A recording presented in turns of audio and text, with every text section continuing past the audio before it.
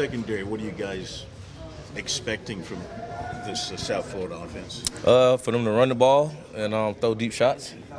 It's pretty much what we've been preparing for. All based off of what the quarterback can do? Yeah. They say he don't throw the ball well. He throw a decent deep ball, and we just gonna try to make him run the ball and try not to throw as many deep shots, but stop the run early, and try to make him throw the ball more. But he is very elusive and very fast, isn't he? Very elusive, very fast, good player, good speed. Coach said he recruited. T-Rob said he recruited him at high school to be a safety. He said he run like a 4.4, so just like a running back in the backfield at quarterback. And they have one really special receiver who's got really good speed as well? That's what they've been saying. I don't really know. Like I said, I don't know that many players on other teams like that unless they my friends, but I'm assuming they got some athletes there in Florida, so I won't count them out. Does the USF offense kind of remind you of anyone you played, maybe Western Carolina? They remind me of any team we played this year that's got a running quarterback and don't throw the ball well. So, yeah.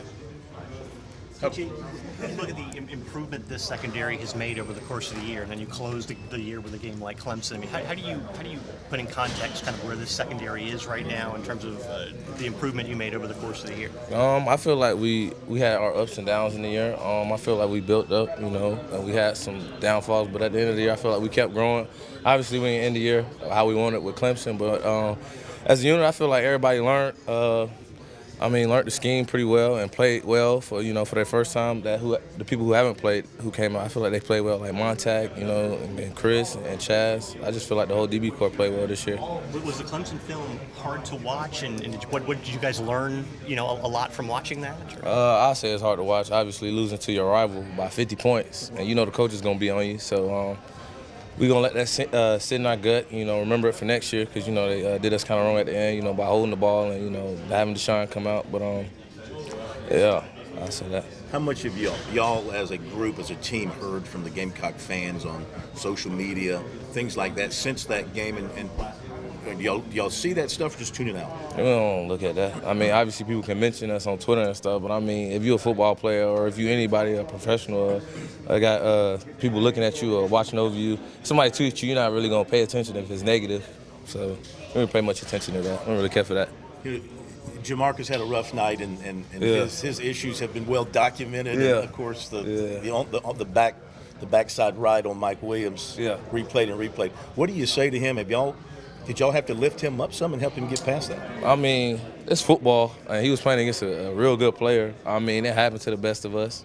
I mean, if you play DB, you didn't got burnt before. I mean, if you haven't, then you just the best. But, Jamarcus know he a good player, and he know we got faith in him. So, as far as me, I didn't give him a hard time other than tell him to keep playing, keep his head up. So, yeah, we all teammates. We ain't gonna really sweat it.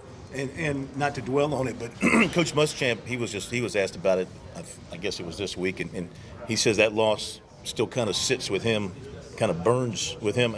Yeah. Is this going to be a motivational thing for you guys for 12 months until next November rolls around? Yeah, it definitely is. Like I said, they showboated and held the ball and did all that extra stuff.